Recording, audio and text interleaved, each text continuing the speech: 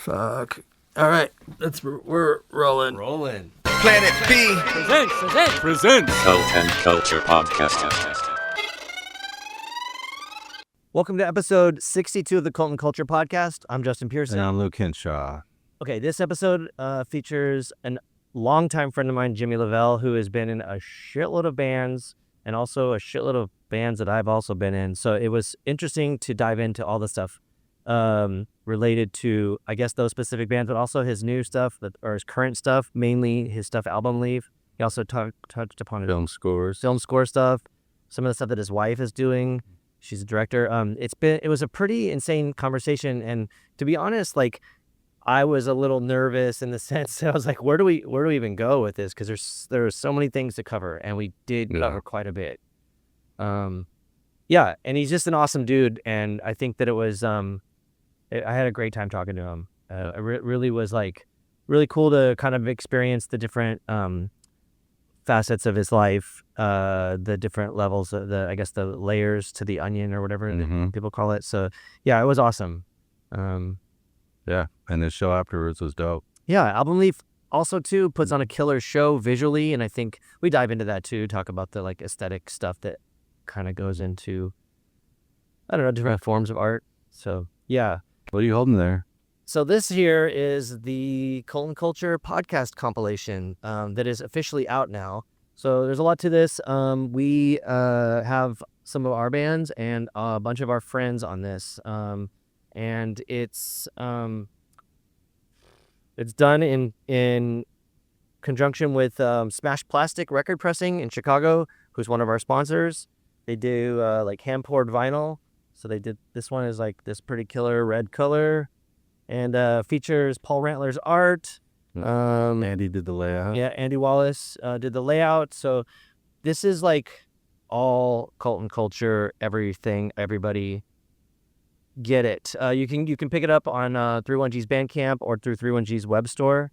And as of time of this airing, we've also teamed up with Fuzz Coffee and Records. So what they're doing is there is a benefit coffee that's coming out. It's called No Ice Needed. And the portion of the proceeds go to Border Angels here in Southern California, who help with immigration rights, with some of the legal battles, also with refugees as well. And so you could pick that up from Fuzz Coffee and Records. You get a bag of coffee and a record. Nice. Almost as much as just the record on its own. So you should check out Fuzz Coffee and Records or check out 31G. You should get this compilation. It's limited to 500. It's awesome. And it has all of our friends on it. And fuck ice. Fuck ice.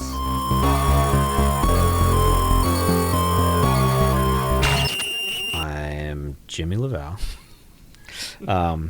I guess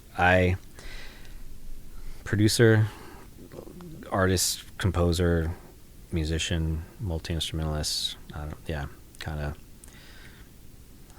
guess I failed that one.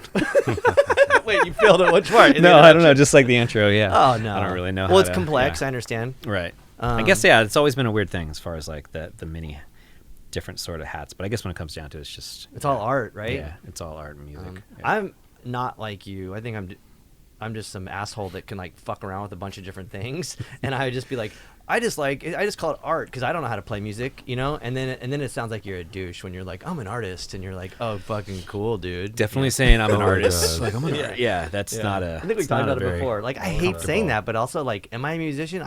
If you played a note, I'd be like, I have fucking no idea what note that is. Sorry, right. You know. I mean, even with the music I make, I get asked like, "What kind of music do you make?" And I'm always like, "Fuck." Here we go. And then, because I know I'm not gonna. If I say electronic, which is kind of what I feel like is the heart, it's like that's a broad umbrella. You know. Oh, it's like how alternative music is now just this thing. Yeah. So. Or any genre sucks.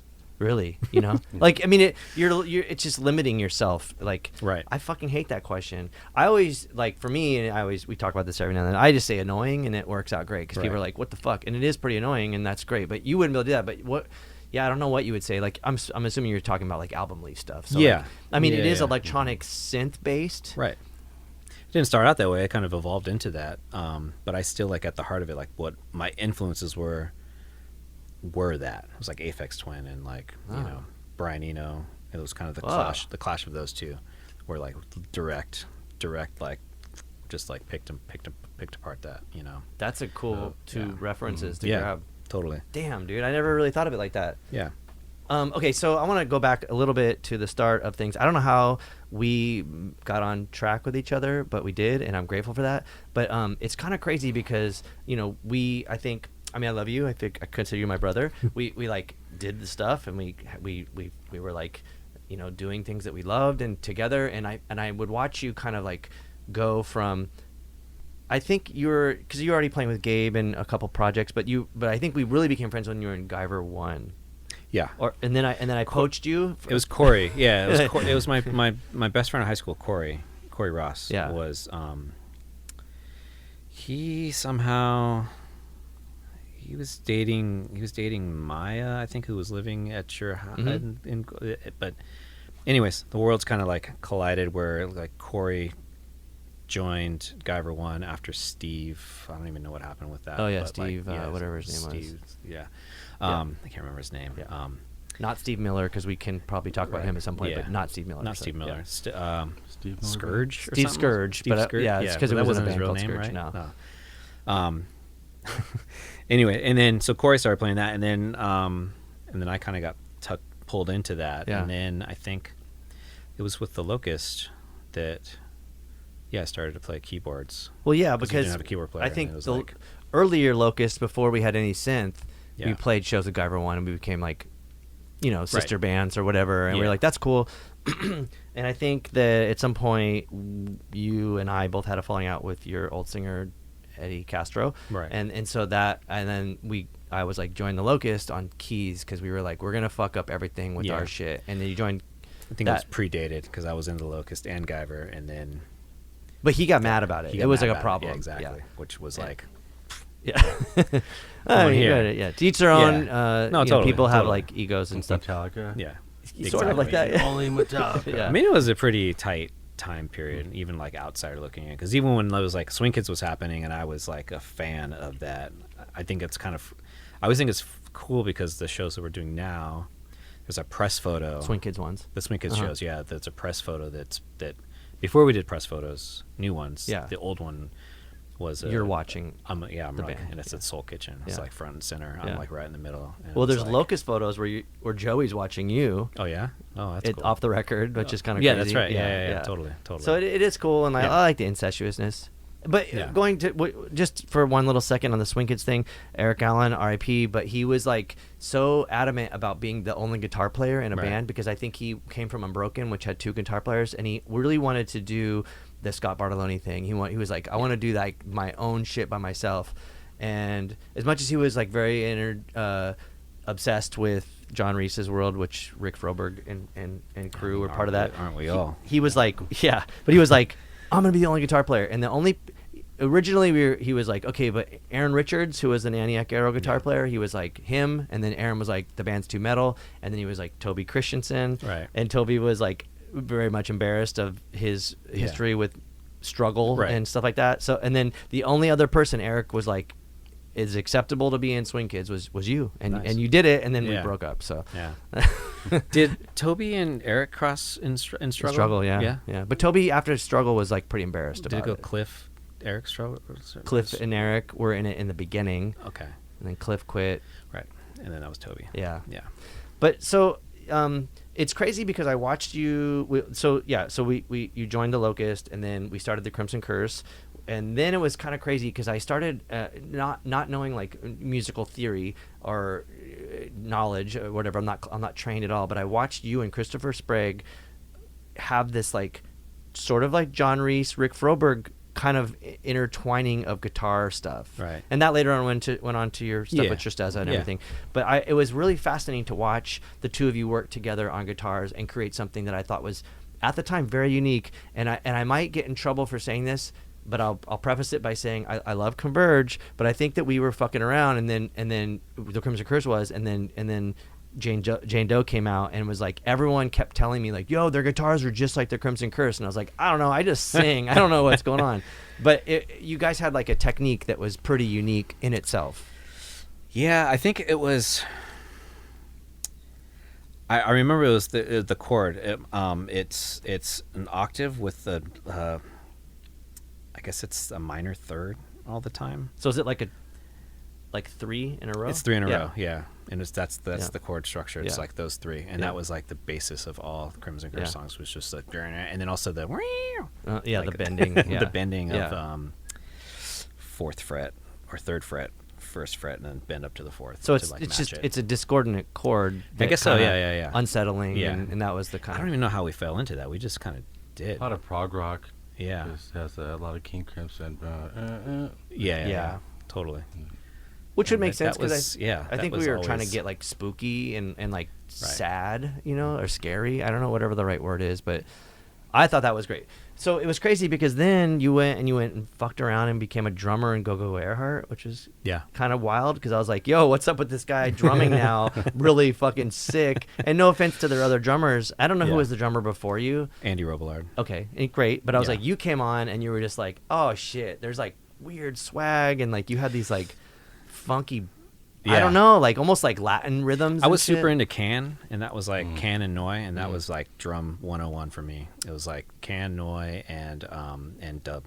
It was like all that kind of shit. Can I was also like, say maybe also just the fact that you're from San Diego and we were Yeah. like fucking with like Mario Rubalcaba and like Right. Clicketa Ekatawi and all these Yeah. like kind of strange beats that normal music didn't really engage with Yeah. at that time. I mean, I don't know. I don't want to feel special about like what San Diego had, but I definitely feel like it was fucking special. I mean, It was still like- is. Yeah, and I mean, clearly with like reissues happening and like other just like the ode to the time period. But like, I mean, Clicketa Ekatawi was just like a mind-boggling thing to see. Completely. Jehu was insane, and also Completely. even with like Mark Trombino's he's a fantastic drummer, but he's kind of a straight ahead drummer. Yeah. But it was just like the angular guitars and the blend of it all, like just like it's solid, steady backbeat with just like the madness of like John and Rick and like I don't know. I just feel like it's I don't know. It's unique to San Diego, and I feel like I don't know, maybe because we lived it, but Yeah. it's I don't know. Whenever I try to like explain where I came from, like San Diego hardcore is like typically kind of what it is, but it's like what's hardcore? Like it's the same kind of thing if you say like electronic, because it's an umbrella that like it's like is it hardcore? It's a punk. It's not like it's punk. I mean, we were definitely punk in mind, but Yeah. like it's not like we were the Sex Pistols, and it's not like we were, what Judge or like you know what I mean? Like those I don't know. It's kind of a trip, and then I feel like it's hard to explain like what it was. Yeah. But I felt like it was just like a mindset and like a unity amongst everyone. Sure. Which Which brings us back to like how you can't explain that Album Leaf is electronic music without people misreading that. Totally. So I think that like that's an interesting thing because we bring it up. It comes up a lot on this podcast with people from San Diego or about Yeah. San Diego and how it is like pretty eclectic. And I think that that's an important thing to realize. Like we are able to kind of fuck with whatever we want and make something hopefully unique out of it. I mean, I've seen it with all of Luke's work, all of your work, and a lot of our friends are able to kind of take pieces from here and there and make something different. So like a good point is like how you said what you think Album Leaf is now, and your two reference points are we all love, and that's great. But there's like a lot of depth to that, like because you are like inherently punk and you come from a hardcore scene. That is also there's parts of that in the way you like facilitate. Still, yeah. I mean, I think about it all the time whenever I do shows. The way that I do all of this stuff, like I don't know, like the mindset that was like kind of ingrained during that time. It's like it doesn't go away, And even my manager, like she comes from the same cloth. And Yeah. she has that same. Yeah. It's like, and it's, Who's your it's manager? Kinda, her name's Laurel. Yeah. Laurel Stearns, Yeah, of course. and you know, she was around in those days, and she still is like she's fucking still Def Club played in the sewers in she was there. in Yeah, LA. totally. She was there. Yeah, it's like but she gets it. It's Yeah. like, and I feel like that's important. Like you know, Completely. like just that, like just to kind of have that understanding. You know, yeah. Actually, like to draw this sort of like line in the realm of, because like here we are older and we've like embraced the commodity of music and art, and so like I like the fact that like we were talking about this before I started recording, and I think it's important to say that like, so Swing Kids are playing a few shows here and there when we can, and there are restrictions. Obviously you have a family and stuff like that, but there's also just like life restrictions. It's not a band that's going to go on tour. We're not like gonna be like, we're refused, because no one gives a fuck, to be honest. Like it's still just like kind of the same thing where people don't care that much.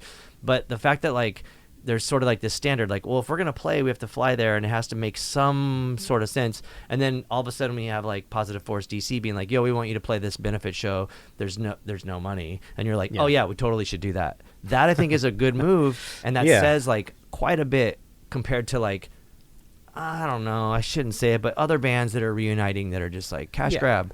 Yeah. It is what it is. I mean, that shit's important. It's always important to because that's where we came from, and it's relevant. It's still what like Discord in general, or Positive Force or whatever. Yeah. Well, that, and also what it was a Juneteenth racial justice rally awareness, and it's like, okay, they're asking us to be a part of that, and it's like, this is an important cause, and like, why would we say no, sorry, we're not gonna show up for, we're not showing up for racial justice. Like that's not us. That's not where we, because that was, you know, in the root of all of that back when we were kids. That was like where that was our mindset. And why did we do it? We didn't do it to be like, this is going to be a career, because fuck that, you know.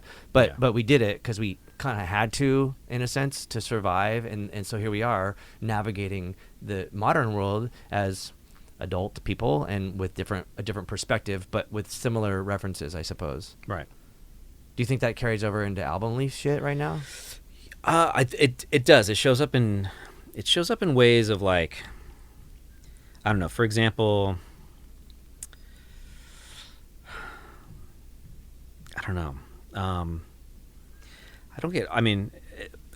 Politically, I don't get offered things like that. But on my, you know, Instagram channel, I'm very, you know, I'm not shy to speak, you know, my views or what I, you know, and things that are, you know, inherently important culturally and happening in the time.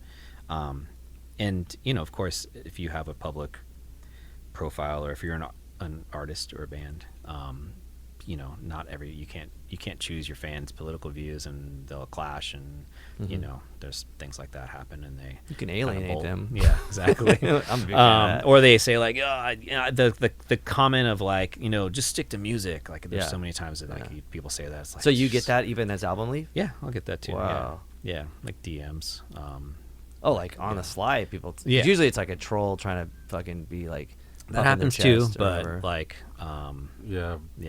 keyboard warrior. Yeah. Right. But yeah, I mean,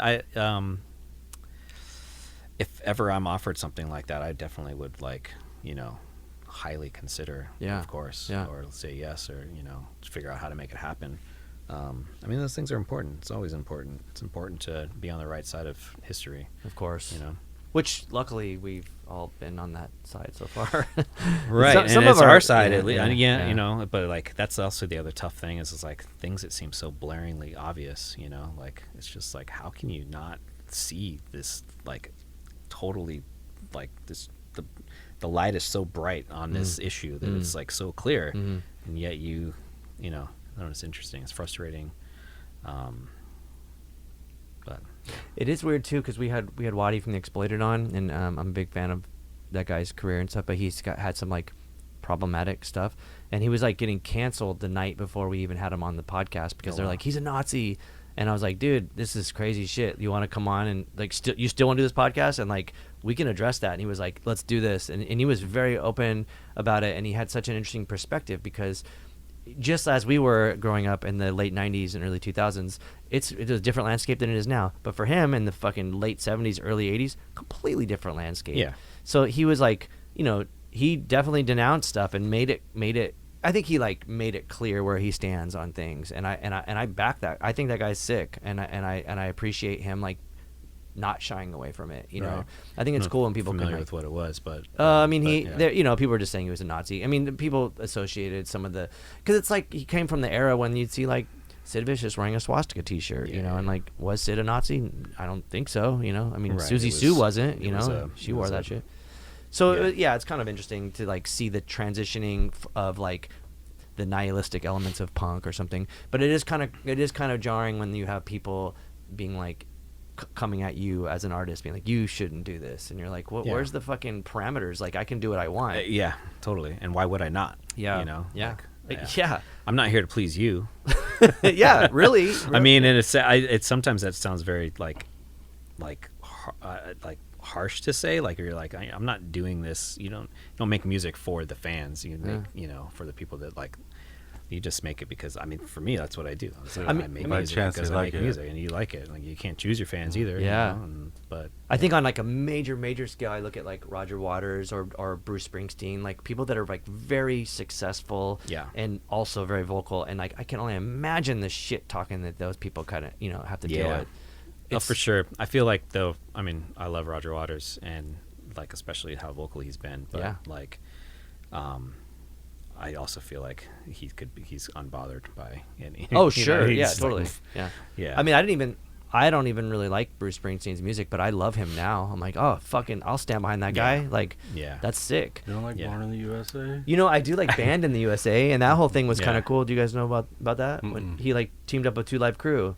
yeah, no, yeah. And I, remember that, not yeah. a Two Live Crew fan Yeah. necessarily, but I was like, that's sick that he's like Yeah. just letting them use that. I What's didn't know. funny Oh, is- I remember Yeah. that. And Born in the USA is like an anti-American song, Mhm. like, and it's I don't know. Most was it, like- administrations missed that Yeah, point. exactly. Which has to be. It's like, yeah, that's got to Same be. thing with the CCR song that Right. Trump tried to use earlier, or he did use. Yeah. And they were like, I can't remember which one it was, but Fogarty yeah, or yeah, whatever yeah. was like, no, this is an anti-fucking American song. Like, Yeah, totally.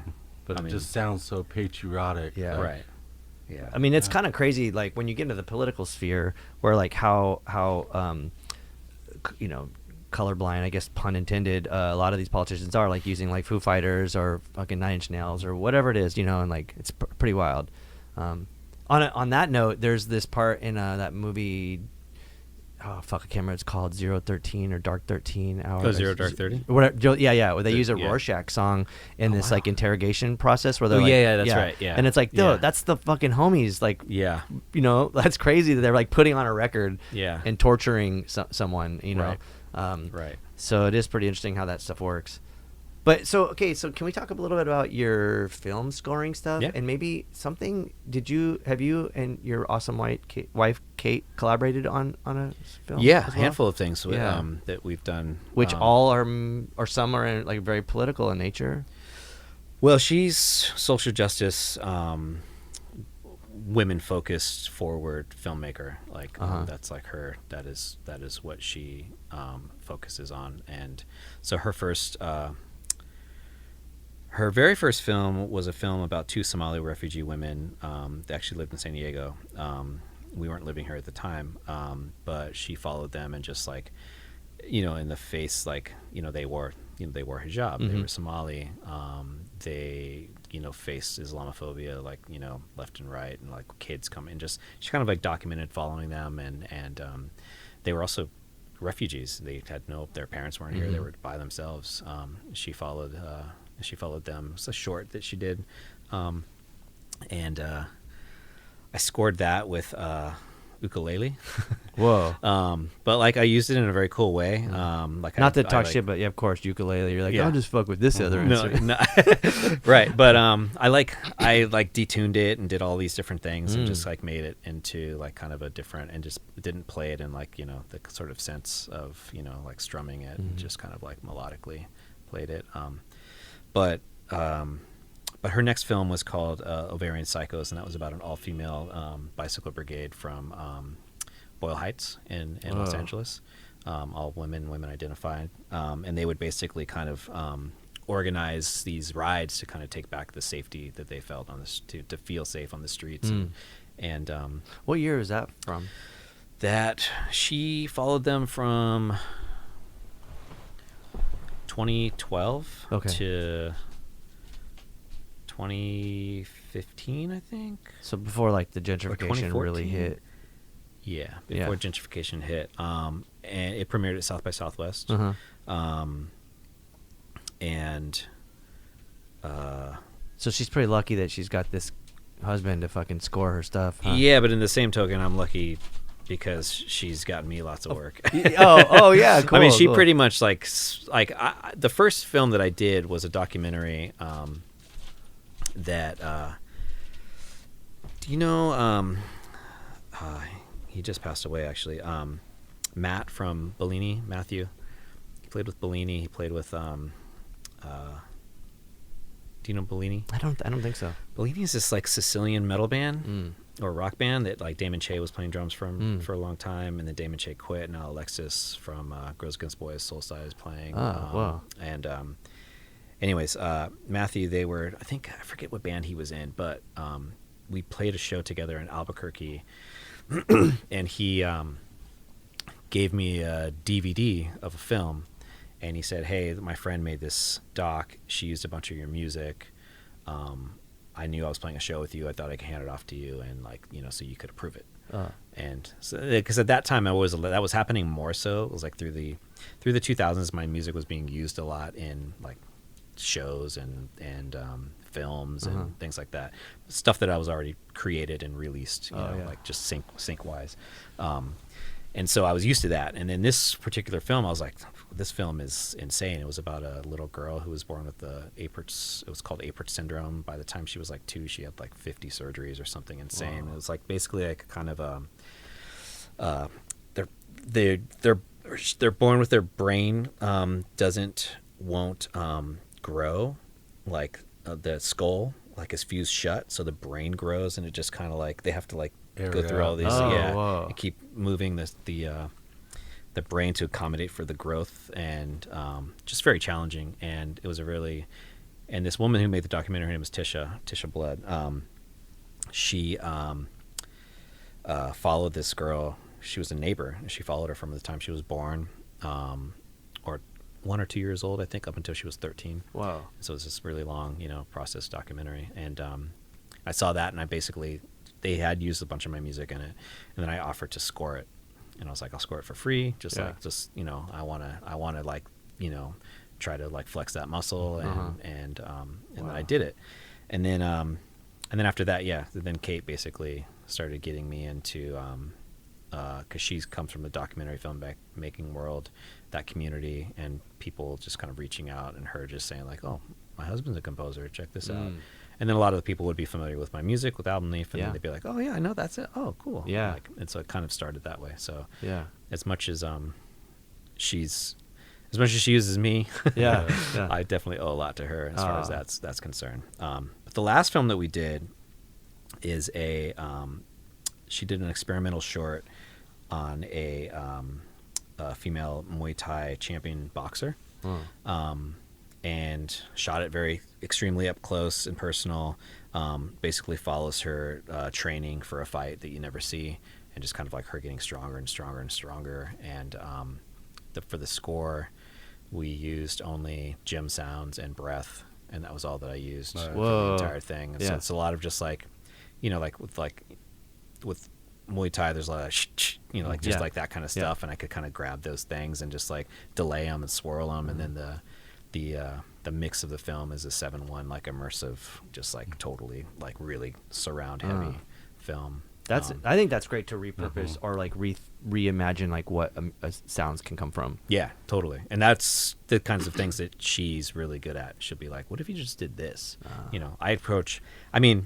I do feel like I have my own voice with film scoring, but she'll often say like, what if you just did this? Or what if you just did that? And I'm like, oh, that's cool. And then, like limitations, As much as I want to be like, oh, I think San Diego created this like platform where we can just do whatever the fuck we want because we had to. But I think it is like how you even referenced like Brian Eno and I mean, an Apex Twin, but even before that, like Can, like where you're just like, what are these sounds that are happening right now? And they're kind of like unrecognizable, but there's musical rhythm and harmony involved in these things. Because that's another thing too that I think is special about San Diego, but in a broader sense of like true, I don't know, like artistic creative ability is to like think outside of a box and go like, oh, we can find a sound that's insane that like works in some sort of musical context where like normal people would be like, oh, that chord's not right, you know, and you're like, well, that sucks, you're not even going to experiment with it or try it or see what happens.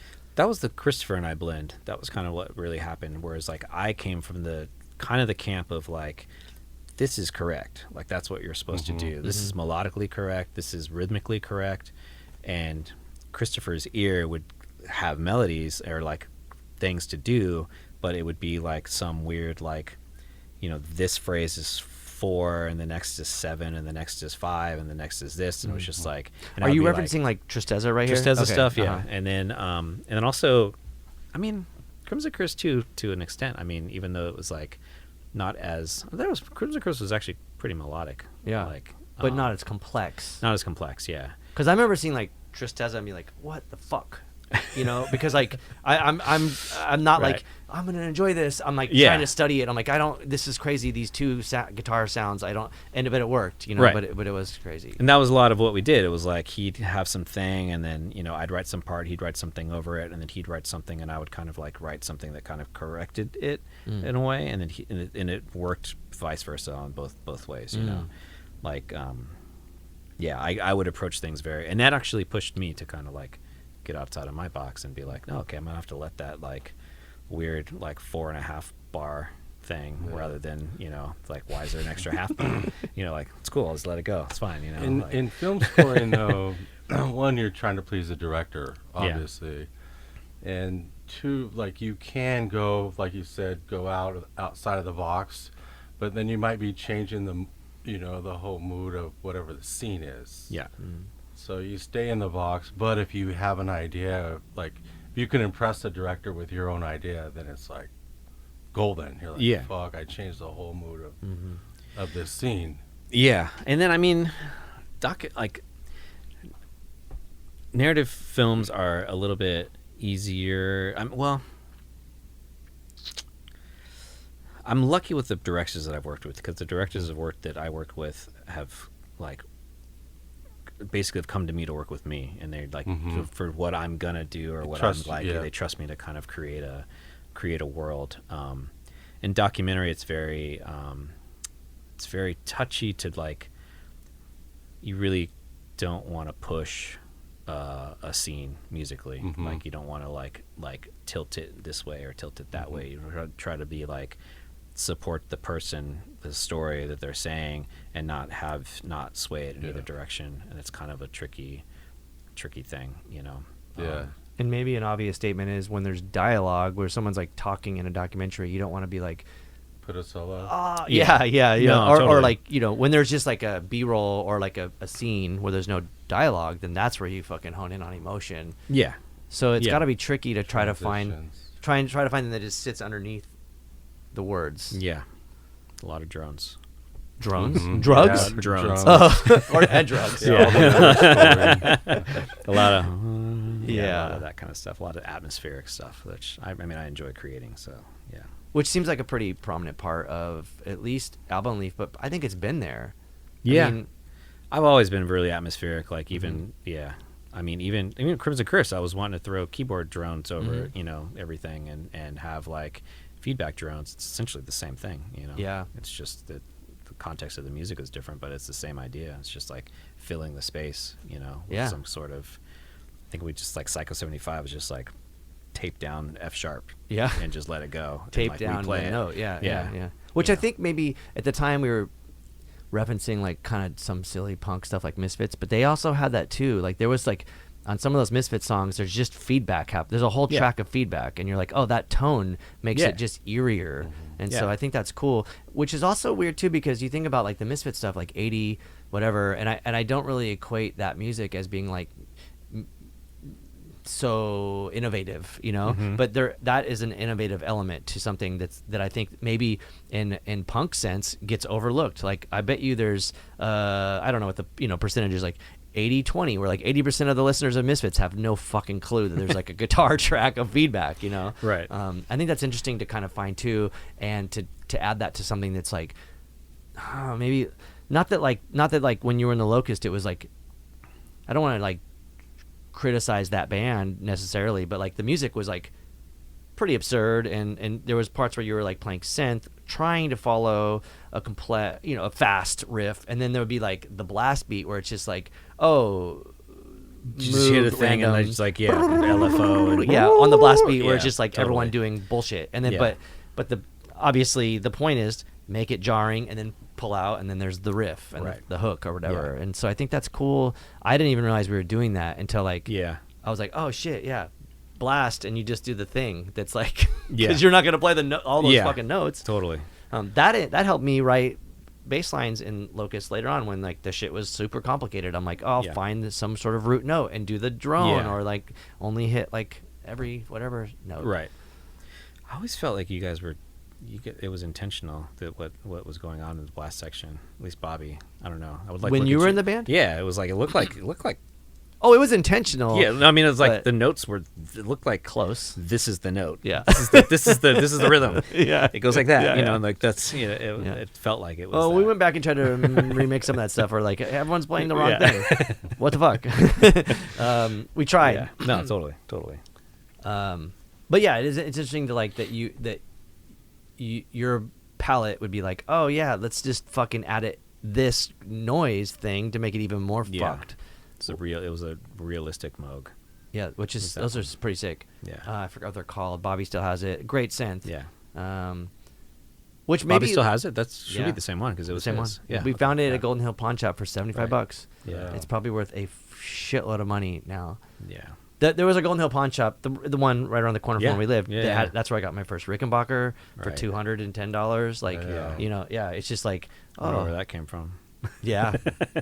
What do you mean? And I'm just saying, like, how to get to the pawn Oh shop. yeah, I don't know. you and know? the Yeah. Moog, Yeah, the exactly. realistic one. Yeah. It's just and they didn't know what that stuff was, and Right. and we didn't either. We're just like, cool, take it, you Yeah. know, like whatever. Yeah, totally. So yeah, I think like the stumbling upon things are pretty rad.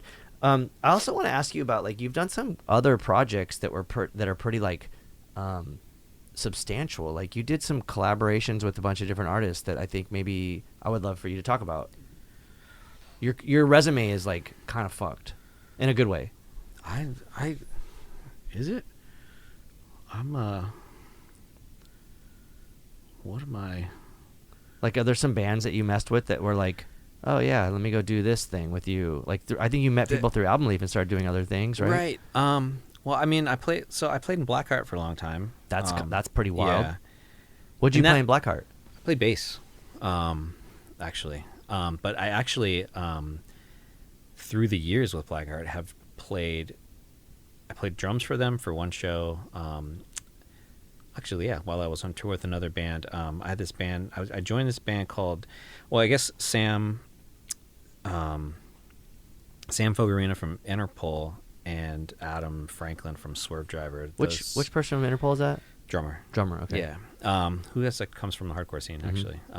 Florida hardcore scene. He's probably 12 years older than we are. He's actually, yeah. But he and Adam started this project between the two of them. And then Interpol's in town, and I ran into Sam. I'd met Adam in Europe. He was playing guitar for this band called Sophia. Mm-hmm. And admittedly, I wasn't a Swerve Driver fan, but not because I didn't like them, just because it kind of missed the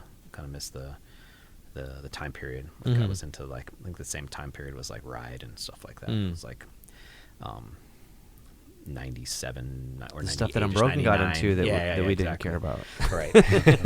It was definitely that time period. I felt like all of a sudden it was like the Oasis time period Yeah. when like everybody started getting into Ride and like, you know, like digging deeper. Anyways, but I had met Adam and he's awesome. He's a sweetheart. And Sam was in town DJing, and Sam was like, hey, I just made this record with Adam. I know you know him. You should check it out. And then I ended up playing keyboards and synths and pianos for that. And then we made a whole record, and then we toured. That band was called Magnetic Morning. Also, there was another guitarist from Interpol, not one of the main guys, but this guy named Blasco, who was also in the band, and another guy named Josh. There was that. I'm trying to blank. Did you on, live other in? things You that lived in Iceland for a while and did something? Well, I didn't live. I recorded, so I spent a lot of time there. Yeah. But I was with Sigur Rós. Oh, yeah. Those guys and their studio. Were you Basically, in that band or did something with them? I toured. So I toured with them, and I think it was their first U.S. tour in 2001. It was actually playing in the band. No, Album Leaf was opening. Okay. And it was actually right after 9/11. We played. The tour started September 18th, something like that. It started in Detroit. And so I did that tour, and then I did another tour with them in 2003, playing solo, opening for them in Europe.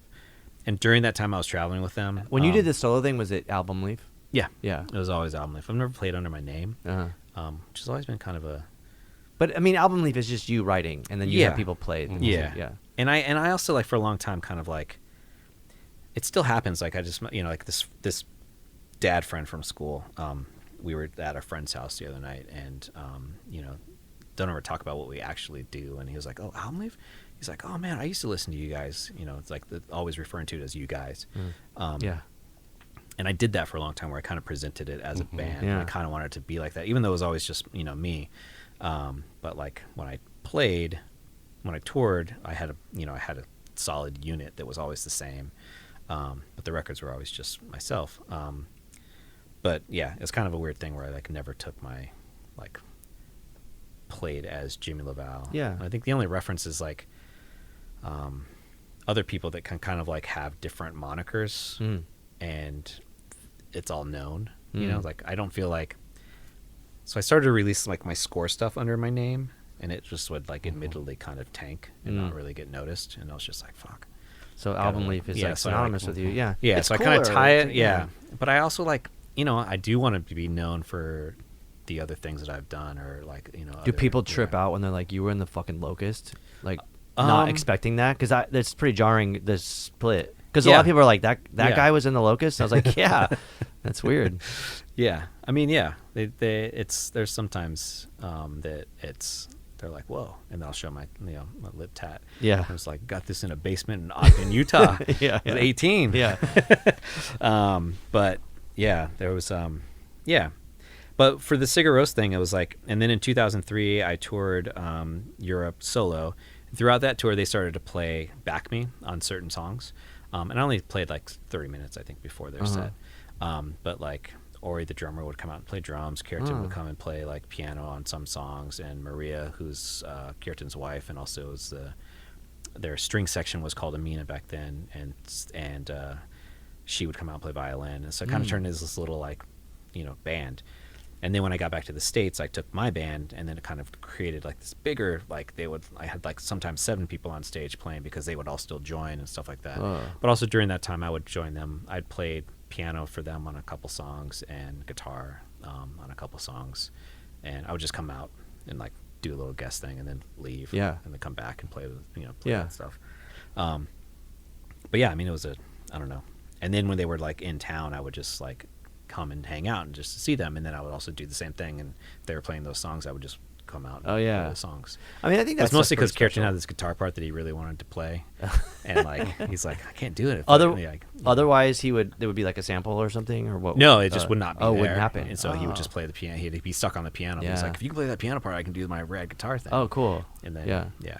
I see it every now and then. I think there was there's the Nick Reinhardt pinback kind of thing where he's they're both hooking each other up, and I think it's cool. It makes it more.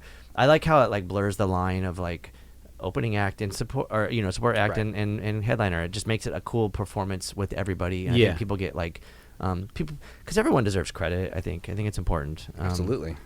Yeah, that's cool. But I don't know other things. I mean, I don't know. You've done. I don't know what else I've done. Yeah. Which I guess is nice. I mean, yeah. I don't know. Yeah. I mean, I wish we did more Swing Kid stuff because it was pretty limited. But I think that Yeah, but I also don't feel like the progression of Swing Kids was my story to tell. Also, of course. you know what I mean. So was not your story to tell. Wasn't. Yeah. yeah. I mean, Yeah. Fake Teeth is cool, and Yeah. I felt like that's. But to do like a whole nother thing, It's weird. It It sounds weird. Yeah. Yeah, and I wonder like if people can recreate a thing. Even like when we were kind of talking about Crimson Curse stuff. I like we were fucked up, and Yeah. we're probably fucked up differently, and could we do it? I mean, I don't know. It's interesting, but I would rather because I think people kind of ruin their legacy, Yeah. like the cool bands like always had some reason why they're never going to play again, and then Right. the ones that can keep going and still be substantial are very few. Yeah. I mean, I'm loving doing the Swing Kids shows, and that's why I'm also like kind of wanting to keep it special. Yeah. And there's no expectation. We're not going to play more. Yeah. We're not going to write new music. It's just Yeah. that's what it is. Yeah.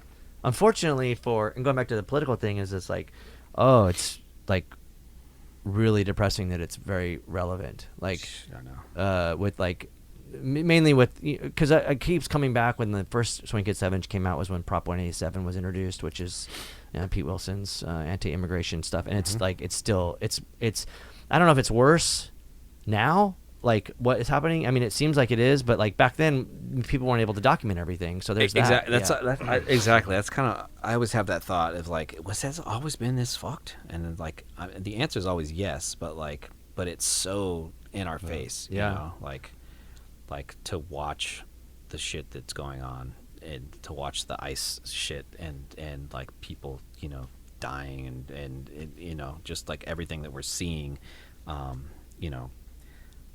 has it always been there, and we haven't been able to see it? Like I was thinking, there was a quick, and I didn't follow it up, but there was a quick headline that popped up that said that there was a shooting on the border yesterday. I think it was yesterday or the day before, like an immigration shooting at the border, and then I don't know what happened with it, and it just said the victim was in critical condition. But then it made me think. I'm like, but I wonder if like that shit happens all the time. Mm-hmm. We don't even hear about it. Like, I mean, how many people like are getting just like you're in the desert or whatever. Oh, and yeah. like, nobody's Yeah. around. You Yeah. just Yeah. and like, Like how are you not hearing it? And so I wonder if it's that similarly like that sort of mentality of we're not seeing everything, and now Sharing we are news seeing and everything. stuff, yeah. It's like the reality of it, like that whole whatever existential question, like if a tree falls in the woods and no one's Right. around to hear it, it's Yeah. like Yeah. if a cell phone isn't around to catch it, did it really happen? Yeah.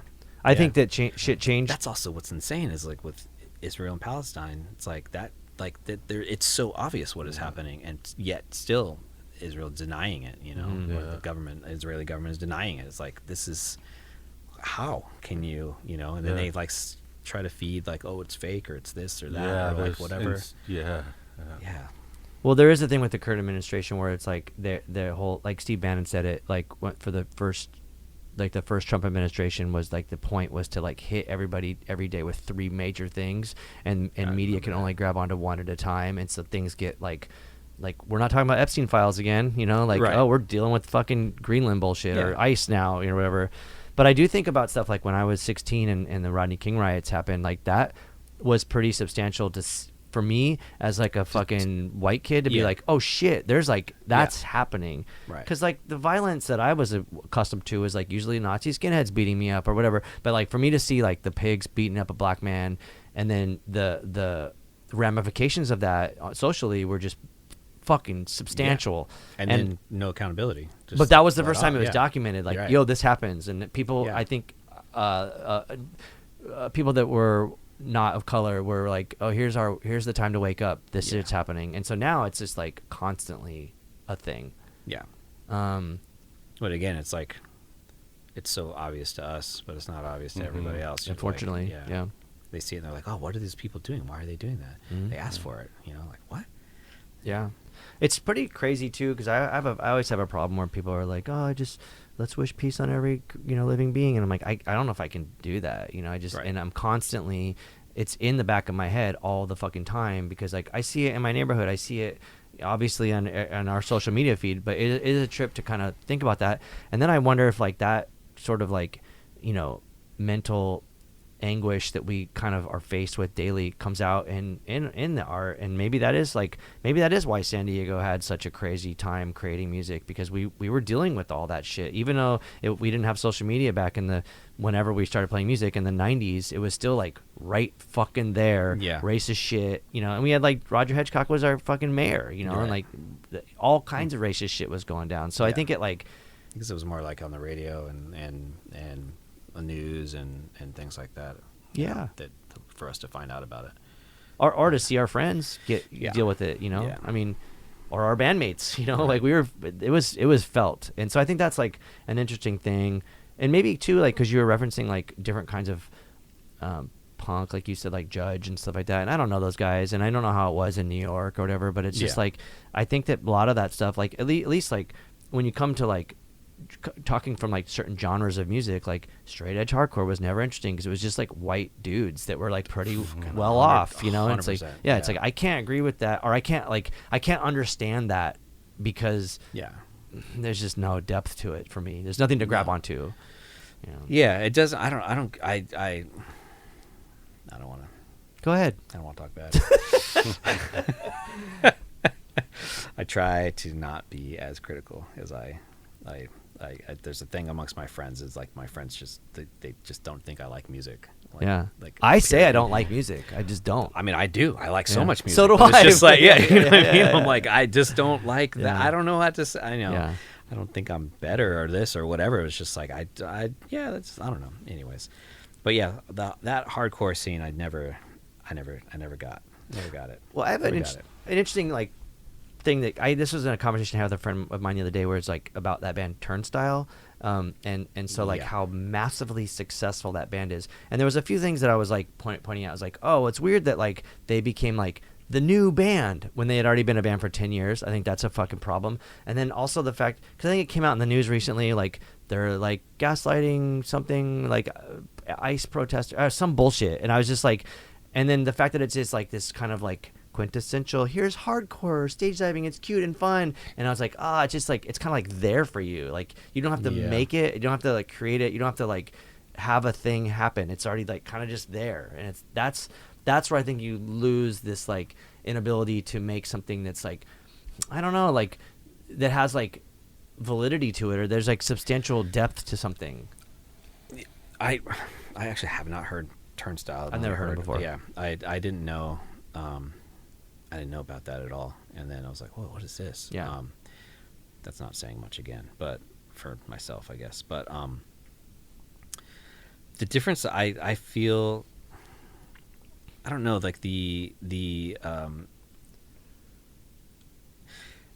accessibility to like make something and release it in a and get it to the masses now is pretty fantastic. Like it's pretty insane. Amazing, and it's insane to like think like we could make a song right now and then we could put it on SoundCloud and then it could be on DSPs, you know, by the Friday or whatever. Dude, and like, I just recorded an Anal Trump record 2 days ago and it came out yesterday. Exactly. Yeah. Overnight. Right.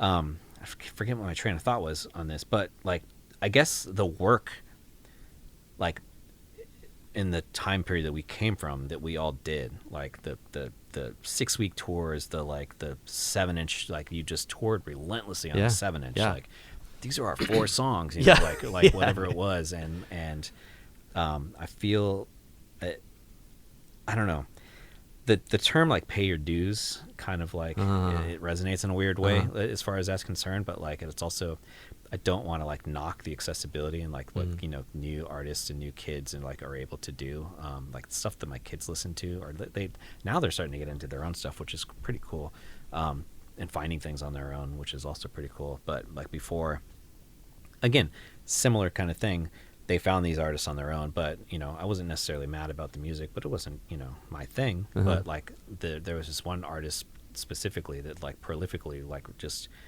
had like, I don't know, 400 songs, and he's like 22, you know, and he's just like boom, boom, boom, boom, boom, boom, boom, just like shelling it out like so quickly, and then goes on tour and plays at noon because it's kids, and to a sold out like, you know, 1,000 like seat thing, and like, and all he's doing is singing over his track, you know, and putting on a show in his Yeah. way. But I'm just like, Yeah. man, it's crazy, Yeah. you know. And I guess that's paying your dues in some way, but like at the same time, I don't know. Like I feel like part of what made music hit harder in a way was the being able to reference the work that went in to creating it and promoting it and like performing it and thinking about it, I guess.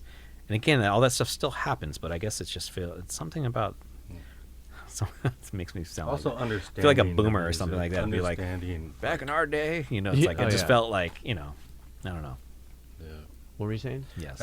Like understanding the music, like understanding certain chords and melodies, and Yeah. nowadays it writes itself, and That too. they That's don't, true. They don't know what. Yeah. But then there's an art to that. Yeah, you know? There's an yeah, art to all of yeah. that. Like it's again, it's like the accessibility is insane, and there's something beautiful about it. But there's also, you know, it's just different, I guess. But like, There was a story. I don't know if it's true or not. I read it this morning, like at 3 a.m. But this guy created a bunch of bands through AI, and had like AI wrote, and then he fucking just had millions of fucking bots just constantly streaming. So he put them on all the streaming services. Oh, wow. And they just all day were streaming all of his fucking fake bands, and he made like 10 million. Yeah. I mean, yeah, I don't know. It's yeah, that's been going on for a long time too. It's like the AI created thing, AI created, like, I know that like Spotify, they like definitely create their own music in house, and then, you know, preference their those tracks for the playlisting and algorithm. Yeah. And then like there's multiple like fake artists where, like, you know, they have one huge song because it's on this playlist, and then you go to the rest of their catalog and it's all like minus, you know, whatever. It's insane. And I don't know. It kind of reminds me of, in a way, like the kind of like when we were all faced with Napster, and you kind of took a position on it. Like, you know, Metallica obviously famously was like, fuck this, you can't do this, we're not getting paid. And then for me, when that kind of stuff happened, I'd be like, oh, this is rad because everybody's has access to it. And, you know, worst thing that's going to happen really is they're going to become a fan, and they're going to come to your show, and they're going to buy a ticket, and then they're going to buy a t-shirt, or they're going to buy this or whatever. And so you just, like, you gain something from it. And I don't know what that has to do with AI created generated music, but like, Metallica already had a fan base. yeah. So that's why they're fucking crying about it. It is like, what's funny is like, it's all the famous art, all the big giant artists are the ones that are like going to bat against these companies, which is, I mean, it's The Napster thing I think might have been different, especially when there's Metallica, because there's like, they're fucking millionaires like crying about this thing where it's like, oh, what about all the poor bands? They should be the ones that are like you know, we were like, oh, we can get our stuff out there to everybody. But that I think was maybe the start of a platform that we have now, which is like inaccessible for people to make money. But I think that like going out to like going back to the thing where you said about like touring and like just being like a singer with a backing track and stuff is interesting. And I've seen it a lot, and it's it's a bit jarring for me, because for me, I'm always like, where's the drummer? There needs to be a fucking drummer here, you know, unless it's like hip hop or something. I want to see like a band. I need to see something happening. I want to see players. I think that makes it different for like a live experience with energy. And then, but like, you know, we would go on tour. I remember like when Locust, Jenny Pickle went on tour, there wasn't enough room, so we left our spare tire and we got a fucking flat tire an hour and a half out of San Diego. away. Yeah, and it's just like, dude.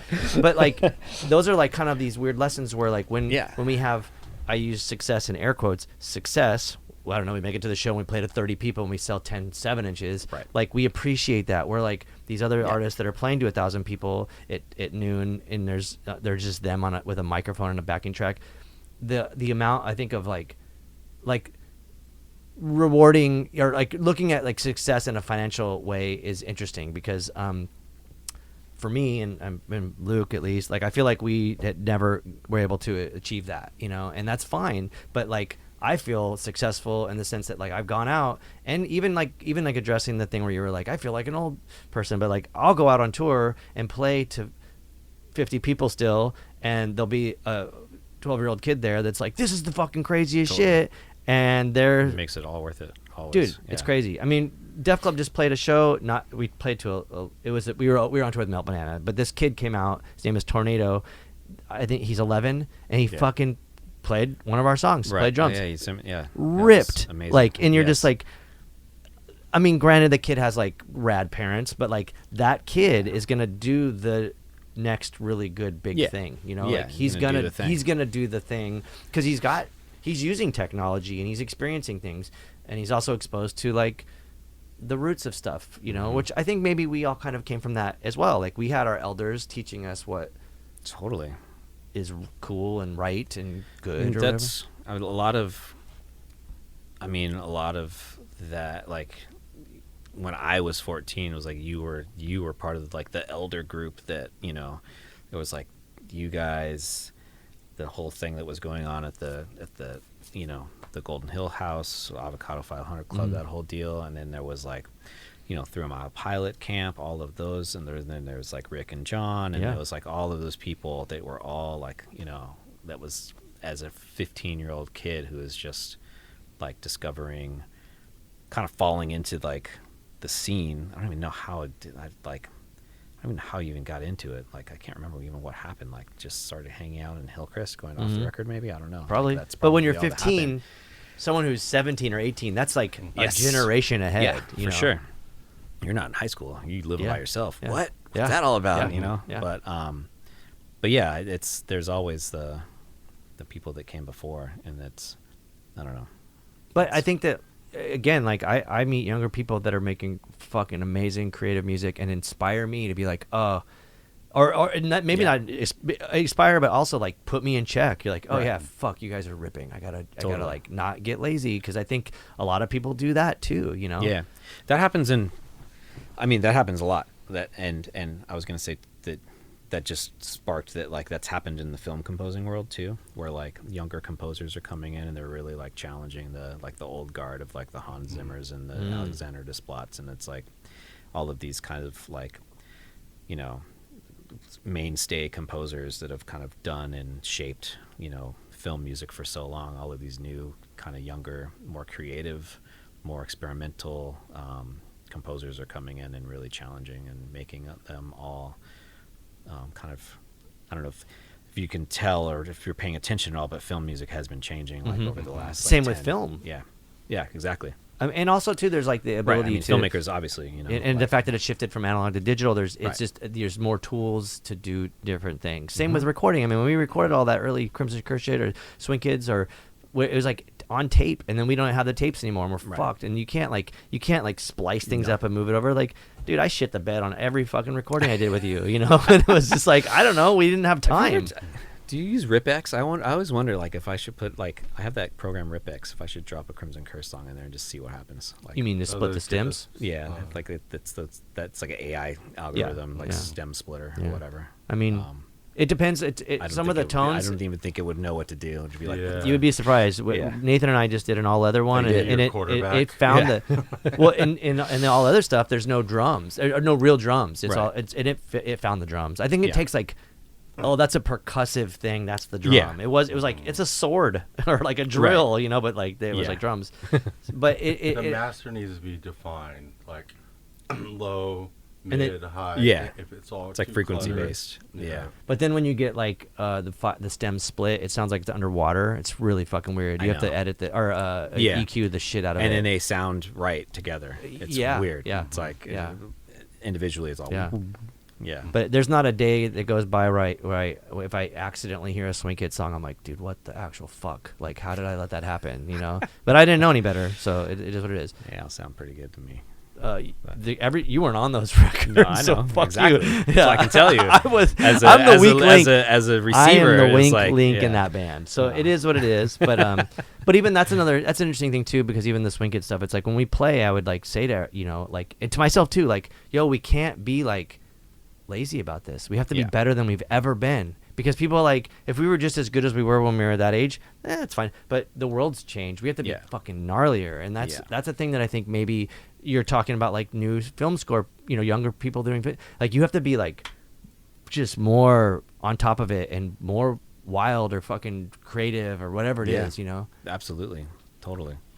You said something earlier too where I was you were like, oh, there has to be a drummer on stage or something like that. It's funny that you said that, just because like that is actually exact, like my show tonight is just, it's or the tour that I'm doing is myself and a drummer, and that's it. And so it's like, but again, it's like I need that drummer. The drummer needs to be there. It's important. And I'm doing a lot, and there is like, you know, I do use a computer, but I also like, you know, back in like the DIY kind of headspace, like I program all my lighting. I like spend fucking hours like just I've seen it, triggering cues and doing this and making sure that everything's right, redesigning what it's going to look like, making sure that like, I don't know, there's something about, and this is like, I don't know, this is my own take and like, you know, like just watching a band like could, or maybe I'll just say myself, like I feel like watching a show of mine without anything could be boring.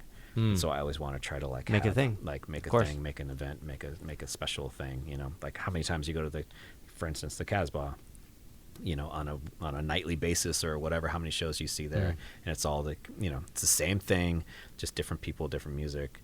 So I always want to try to create something, some sort of unique, you know, new experience of some sort. I mean, it was like when we first saw the VSS, you know, like Sonny had his own light show, and you're like, what the fuck and is all he was this? doing is hitting like a power strip, you know, it's like whatever it was. Crazy it was shit. Like, it was so effective.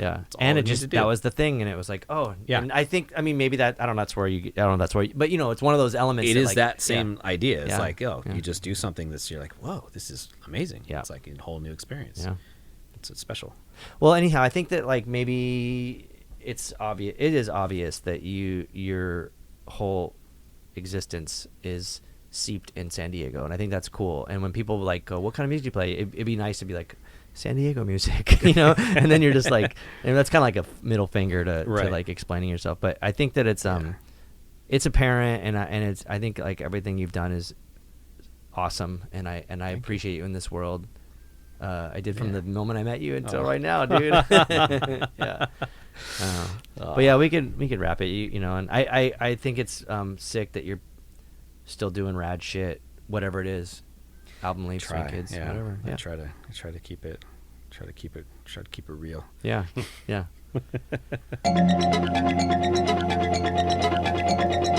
There you have it, episode 62 of the Cult and Culture podcast.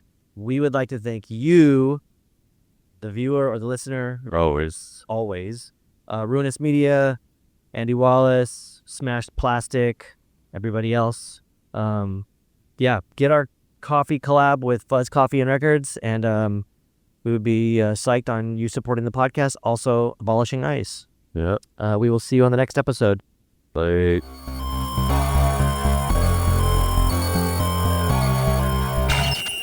Culture is a Ruinous Media podcast proudly sponsored by Earthquaker Devices, Heartwork Coffee, 3110 Printing, Kindred, Smashed Plastic Record Pressing, and San Diego Food Shed. Planet B.